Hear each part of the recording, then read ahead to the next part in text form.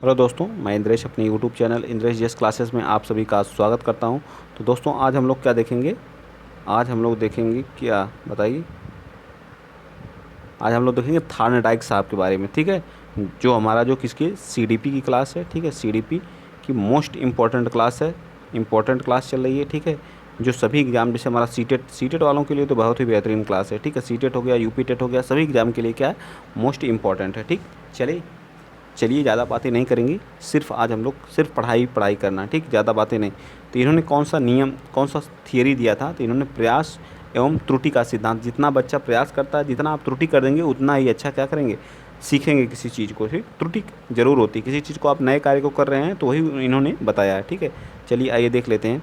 उद्दीपन अनुक्रिया का सिद्धांत, इसका मतलब क्या आता है? Stimulus and response theory. ठीक है, स्टिमुलस एंड रिस्पॉन्स थियरी। ठीक है, इसको जो है इन्होंने बताया था, उद्दीपक अनुक्रिया का। इसको इंग्लिश में याद रखेंगे तो याद रहेगा। ठीक है, स्टिमुलस एंड रिस्पॉन्स थियरी। इसमें क्या थी, इन्होंने किस पे किया था? इन्होंने एक बिल्ली को क्या किया था, एक पिंजरे में बंद कर दिया था। ठीक है, बिल्ली को क्या किया था, पिंजरे में बंद कर दिया था। ठीक है, भूखी बिल्ली को पिंजरे में बंद किया, और मछली का टुकड़ा क्या है, उद्दीपक है। जो मछली का टुकड़ा है उसको क्या कर दिया, उद्दीपक कर दिया।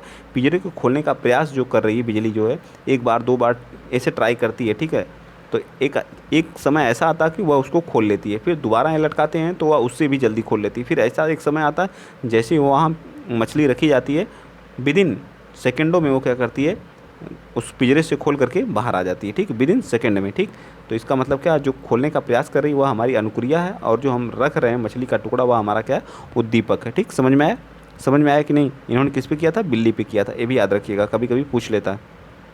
अगला चलिए, जो हमारा सक्रिय सक्रिय अनुबंधन का सिद्धांत, जिसको बोलते हैं कार्यात्मक अनुबंधन या क्रिया प्रसूत अनुबंधन का सिद्धांत, या इसी को बोलते हैं नैमित्य अनुबंधन का सिद्धांत, या साधनात्मक अनुबंधन का सिद्धांत। देखिए कितने नाम इसके हैं। ठीक है, या इसी को बोलते हैं टाइप आर अनुबंधन का सिद्धांत, या इसी को बोलते हैं टाइप आर कंडीशनिंग, जिसके परिणाम कौन थे, बीएफ, जिसके प्रवर्तक कौन थे, बीएफ स्किनर थे। इसको भी याद रख लीजिएगा। ठीक है, सक्रिय अनुबंधन का सिद्धांत के प्रवर्तक कौन थे, बीएफ थे, बीएफ स्किनर थे। और ये कहाँ के मूल निवासी थे, तो हमारे कहाँ के थे, अमेरिका के थे। बस इतना याद रखना है। ठीक है, प्रयोग इन्होंने किस पे किया था, बीएफ स्किनर साहब ने?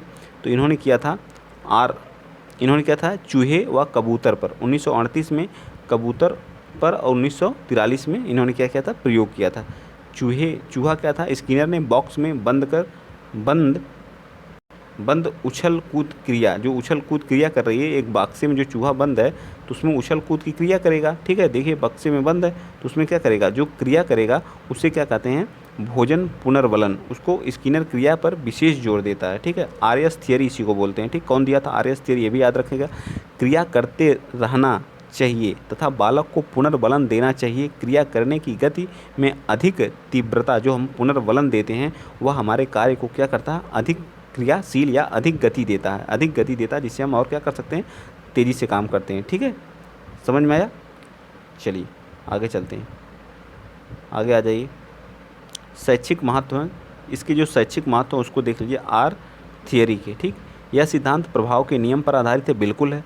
ठीक है, क्रिया के अनुसार सकारात्मक व नकारात्मक पुनर्बलन तुरंत देना चाहिए, क्योंकि देर करने पर इसका प्रभाव कम हो जाता है। ठीक है, जो भी अगर आपको पॉजिटिव या नेगेटिव पुनर्बलन जो भी देना है, तो हमारे जो पुनर्बलन होते हैं वो दो प्रकार के होते हैं, एक सकारात्मक होता है, एक नकारात्मक होता है। ठीक है, ये भी याद रखिएगा। अगर इसको सही टाइम पर ना दिया जाए, देर करके दिया जाए, तो इसका जो है प्रभाव कम हो जाता है। ठीक है, और अगला क्या करा है, अभिक्रमित अनुदेशन इसी सिद्धांत पर आधारित है। ठीक, और शेपिंग जो हमारी शेपिंग हो गई, आकृतिकरण हो गया, रूप निर्धारण हो गया, क्रमिक्स सन्निकट हो गया।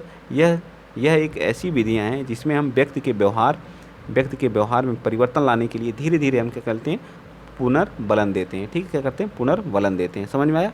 चलिए चलते हैं नेक्स्ट, आगे देख लेते हैं। पुनर्बलन के दो प्रकार होते हैं, मैंने भी बताया था आप लोगों के पुनर्बलन के, एक होता हमारा सकारात्मक, एक होता हमारा नकारात्मक। जैसे हम भोजन देना, पानी, नौकरी, प्रशंसा करना, ऐसे हमारे क्या हो गए, सकारात्मक हो गए। ठीक है, दंड देना, मना करना या डांटना, ऐसे हमारे नेगेटिव हो गए। समझ में आ गया? सकारात्मक पुनर्बलन क्या आता है, किसी को भोजन दे देना, पानी दे देना, नौकरी दे देना, प्रशंसा करना, ऐसे हमारे पॉजिटिव। और नेगेटिव, दंड देना, मना करना, हटा देना, डांटना, ये सभी हमारा क्या है, नेगेटिव। ठीक, प्राणी को यदि सकारात्मक पुनर्बलन दिया जाए तो प्राणी क्रिया को दोहराता है। यदि आपको कोई चीज़, अगर आपके क्या है, आपकी प्रशंसा की जाए तो आप उस कार्य को और अच्छे से करेंगे। ठीक है, और यदि पुनर्बलन नकारात्मक हो तो प्राणी क्रिया को नहीं दोहराएगा, उस क्रिया को क्या करेगा, नहीं करेगा। ठीक है, चलिए आगे आ जाइए। पुनर्बलन की सूची, अनुसूची क्या क्या है। एक हमारी क्या होती है, कॉन्टीन्यूअस होती है।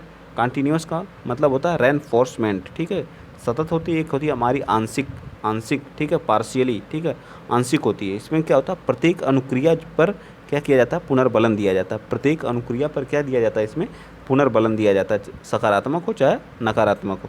लेकिन कुछ अनुक्रिया पर पुनर्बलन दिया, आंशिक आंशिक का मतलब अंश पर। ठीक है, कुछ अंश पर दिया जाता है, कुछ अंश पर नहीं दिया जाता है। समझ में आया। सतत कॉन्टीन्यूअस रेनफोर्समेंट क्या होता है और पार्शियल रेनफोर्समेंट क्या होता है, समझ में आया कि नहीं। कॉन्टीन्यूअस पर होता है प्रत्येक अनुक्रिया पर पुनर्बलन दिया जाता है, और आंशिक वाले पर जो होता है कुछ अनुक्रिया पर पुनर्बलन दिया जाता है।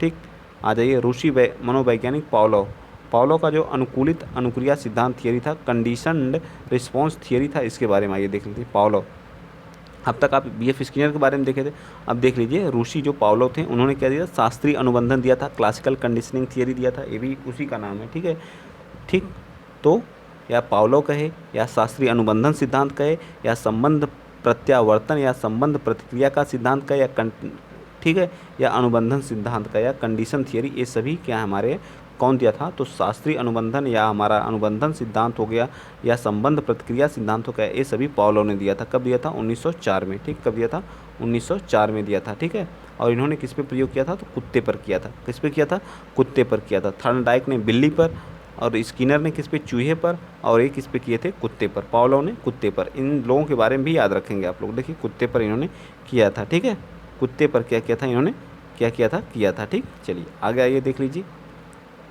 स्टेप वन, स्टेप वन इसमें क्या था, भोजन। इसमें क्या करता है, भोजन। जब भोजन को आप उसको दिखाएंगे, ठीक है, तो कुत्ता क्या करता है, लार को टपकाना। लार क्या करता है, उसकी लार टपकेगी। ठीक है, लालच दे रहे हैं ना आप जो, तो अनुक्रिया 100% करेगा। स्वाभाविक उत्तेजक मतलब स्टिमुलस को, अनकंडीशनड स्टिमुलस को देंगे और वह स्वाभाविक अनुक्रिया करेगा। ठीक है, लार को क्या करेगा, टपकाएगा पहले स्टेप में। ठीक है, इन्होंने ये बताया। ठीक है, दूसरा स्टेप क्या था, घंटी बजाई, मतलब अनुकूलित क्या करते हैं, प्राकृतिक उद्दीपक। लार नहीं टपकाई, मतलब खाना का टाइम जब हो जाता तो आप घंटी बजा देते हैं, तो उसमें क्या करता है, लार नहीं टपकाता। लेकिन जैसे उसके सामने खाना आता तो लार क्या करता है, टपकाने लगता है। ठीक है, फिर क्या, तीसरा स्टेप में अनुबंधन हो जाने पर घंटी की आवाज़ प्लस भोजन, यानी कि पहला स्टेप में जो था, सेकंड स्टेप और फर्स्ट स्टेप जब दोनों मिला देंगे तब क्या करने लगता है, लार टपकाने लगता है। नहीं, घंटी बजी, भोजन उसके पास आया, उसके बाद वह क्या किया, लार टपकाया। ठीक है, समझ में आया कि नहीं। अनुबंधन हो जाने पर पहले स्टेप में आप भोजन लाएंगे तो क्या करेगा, भोजन के सामने क्या करेगा, लार टपकाएगा।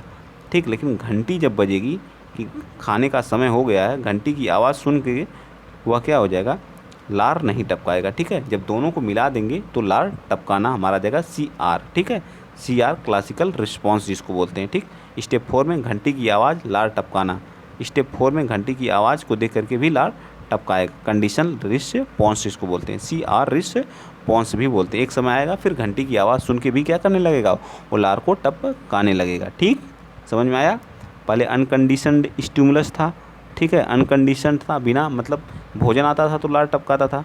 फिर जब दोनों को मिला दिए जो आप जो है कंडीशनड स्टिमुलस हो गया, मतलब कि घंटी बजने पर जो है स्टिमुलस। ठीक, फिर आप दोनों को मिक्स करते हैं अनकंडीशन और कंडीशन को, तो भी लार हमारा टपकाता है। लेकिन एक समय ऐसे आएगा कि जैसे घंटी बजेगी, मतलब घंटी बजने के तुरंत बाद भोजन आएगा, भोजन के बाद मैं खाऊंगा। ठीक है, उसके अंदर ये भावना आ जाएगी, तो क्या आ जाएगी, कंडीशन हो जाएगी, घंटी बजेगी तब वो क्या, लार टपकाना स्टार्ट कर देगा। ठीक है, समझ में आ गया। चलिए, गेस्टाल्ट, ये तो उतना इम्पोर्टेंट नहीं सीटेट के लिए, लेकिन फिर भी देख लीजिए, जो पढ़ाना जो सिलेबस में है उसको तो पढ़ाना ही है। गेस्टाल्ट का सूझ एवं अंतर्दृष्टि का सिद्धांत। गेस्टाल्ट जो हमारे थे, गेस्टाल्ट साहब ने, इन्होंने क्या बताया था, इनसाइड थ्योरी बताया था। ठीक है, गेस्टाल्ट ने इनसाइड थ्योरी बताया था। इस स्कूल से संबंधित व्यक्ति मैक्स बार्दिमर और कोहलर तथा कोफका हैं। गेस्टाल्ट ने जर्मन भाषा का एक शब्द है जिसका अर्थ होता है समग्रकृत या पूर्णाकार, होल। ठीक है, कोहलर ने सुल्तान नामक चिंपैंजी पर क्या किया था, प्रयोग किया था। कोहलर साहब जो हमारे थे उन्होंने किस पे किया था, चिंपैंजी पे क्या किया था, प्रयोग किया था। ठीक है, चिंपैंजी पे प्रयोग किया था। अल्बर्ट बंडूरा के सामाजिक अधिगम देख लेते हैं, ठीक है। Classical social learning theory. Albert Bandura एक क्या थे, कनाडा के क्या थे, निवासी थे। अल्बर्ट बंडूरा ने सामाजिक अधिगम का सिद्धांत दिया था, इसको भी याद रखिएगा, ठीक है। अल्बर्ट बंडूरा साहब को ये कहाँ के थे, कनाडियन वैज्ञानिक थे, ठीक। इनके सिद्धांत में दूसरे व्यवहार को देख करके, मतलब जो बच्चे होते हैं दूसरों को व्यवहार के देख करके क्या करते हैं, सीखते हैं बंडूरा साहब में, ठीक है। जैसे कोई बच्चा है, ठीक है, कोई बच्चा और आप इससे बड़े हैं, ठीक है, आप इससे बड़े हैं, अगर आप कुछ अच्छा कर रहे हैं तो ये बच्चा देख करके भी आपको क्या करेगा, उस व्यवहार को देख करके क्या करेगा, सीखेगा, ठीक है, सीखेगा, ठीक। चलिए, इस सिद्धांत के को अन्य नाम से भी जानते हैं, ठीक है। अवलोकन अधिगम का सिद्धांत या ऑब्जर्वेशन लर्निंग थियरी भी कहते हैं, इसको अनुकरण का सिद्धांत भी कहते हैं, या इसे मॉडलिंग का भी सिद्धांत कहते हैं। अनुकरण का सिद्धांत अल्बर्ट बंडूरा साहब ने क्या किया था, बच्चा अनुकरण करके सीखता है, इस चीज़ को आप लोग याद रखेंगे। इसे अवलोकनात्मक अधिगम का सिद्धांत भी कहते हैं, इसे अनुकरण का, इमिटेशन का भी कहते हैं और मॉडलिंग भी कहते हैं, ठीक। इतनी चीज़ें आपको याद होनी चाहिए। चलिए आ जाइए, आते हैं इनका प्रयोग, ठीक है। चलिए, अवधान, अटेंशन देखिए। मॉडल आकर्षक, लोकप्रिय, रोचक तथा सफल होना चाहिए। मॉडल जो क्या होना चाहिए, आकर्षक होना चाहिए, लोकप्रिय होना चाहिए, रोचक तथा सफल होना चाहिए। धारणा क्या होती, रिटेंशन क्या होना चाहिए, व्यक्ति, रिटेंशन इसमें क्या होना चाहिए, व्यक्ति जो है व्यवहार अपने मस्तिष्क में संग्रहण कर लेता है, व्यक्ति व्यवहार को अपने मस्तिष्क में क्या कर लेता है, संग्रहण कर लेता है, इसे बोलते हैं रिटेंशन, ठीक है। आगे क्या है, पुनः प्रस्तुतिकरण।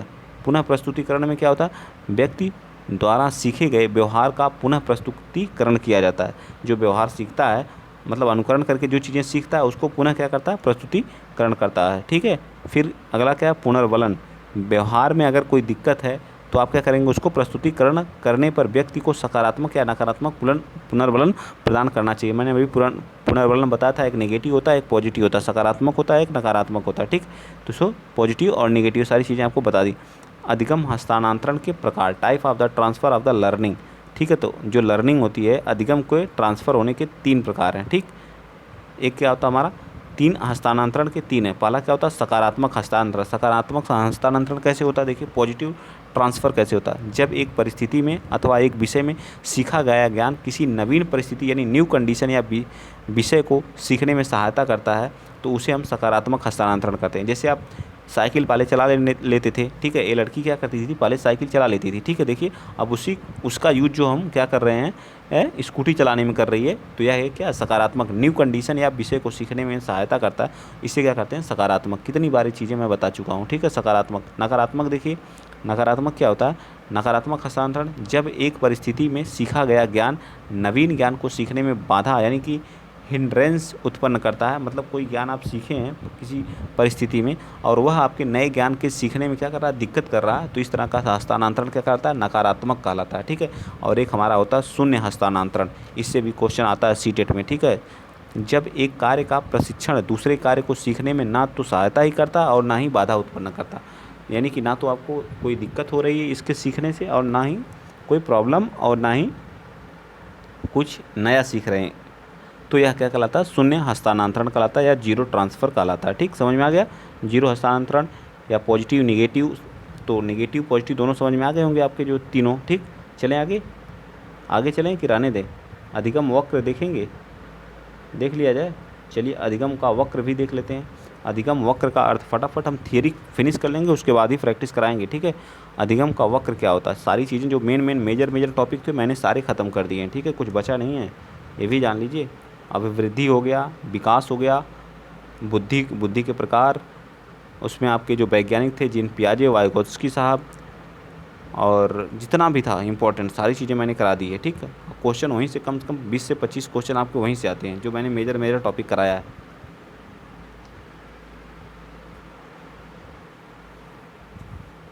अगर कुछ छूटे तो आप ज़रूर बताइएगा, उस चीज़ को भी मैं करा दूंगा, ठीक है। आई होप जितना मैं कराया हूँ थियरी वाला पोर्शन, अगर आप उतना भी कर लेंगे ना तो आपको थियरी प्लस प्रैक्टिस कराया हूँ, कोई नहीं रोक सकता है। 25 से ऊपर ही जाएंगे, उससे नीचे नहीं रहेगा कोई, ठीक है। बहुत लोग अगर सही से पढ़े होंगे, कुछ अपना एफर्ट लगा पढ़े होंगे तो 29, 29, 30, 30 तक नंबर ला सकते हैं, ठीक। चलिए आगे आते हैं। अधिगम वक्र का अर्थ क्या होता है, meaning of the learning curve. जब मनुष्य किसी कार्य को सीखने का प्रारंभ तथा सीखने की गति आरंभ से अंत तक एक समान नहीं होती तो उसे वक्र कहते हैं। जैसे मतलब आप क्या कर रहे हैं, मान लीजिए एक ग्राफ है, ठीक है, ग्राफ है, आप सीखना स्टार्ट किए, फर्स्ट डे है, फर्स्ट डे, सेकेंड डे, ठीक है, थर्ड डे, फोर्थ डे, ठीक है, इसी तरह से। तो पहले दिन ने आपने स्टार्ट किया, ठीक है, फर्स्ट डे पे, ये सेकेंड डे, ठीक, ये क्या है थर्ड डे, ये क्या है फोर्थ डे, इसी तरह से चले जाइए, ठीक। तो पहले दिन आपने सीखना स्टार्ट किया, इतना किया, ठीक है, फिर स्टार्ट किया तो फिर बढ़ के इंक्रीज करके आपने इतना सीखा, तीसरे दिन और इंक्रीज किया, ठीक है, इतना सीख गए। तो पहले दिन इतना सीखा आपने यहाँ तक, ठीक है, फिर आपने इतना सीख गए, ठीक है, फिर आप क्या करते हैं डिक्रीज कर जाते हैं, ठीक है, आपका क्या हो जाता है डिक्रीज हो जाता है, ठीक। चौथे दिन क्या करते हैं आप डिक्रीज, जितना सीखे थे उतना भूल गए, फिर आप इंक्रीज करते हैं पाँचवें दिन। तो इसी जो वक्र बन रहा है, उतार चढ़ाव का जो वक्र बन रहा है, इसी को हम लोग अधिगम का वक्र कहते हैं। क्या कहते हैं? अधिगम का वक्र कहते हैं। समझ में आ गई कि नहीं?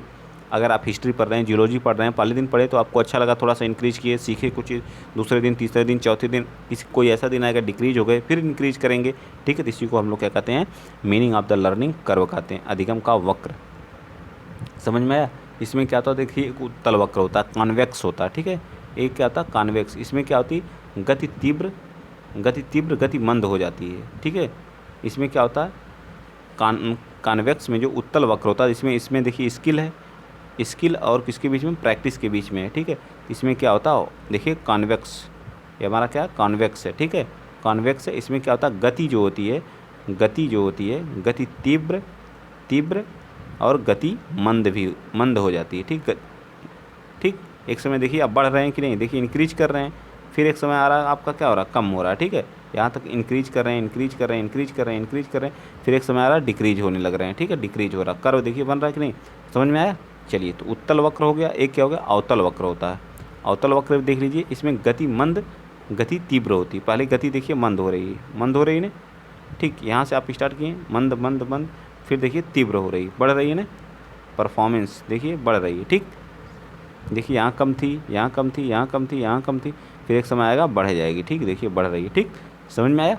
यानी गति मंद फिर गति तीव्र, पहले मंद फिर उसमें क्या होती है गति तीव्र फिर मंद।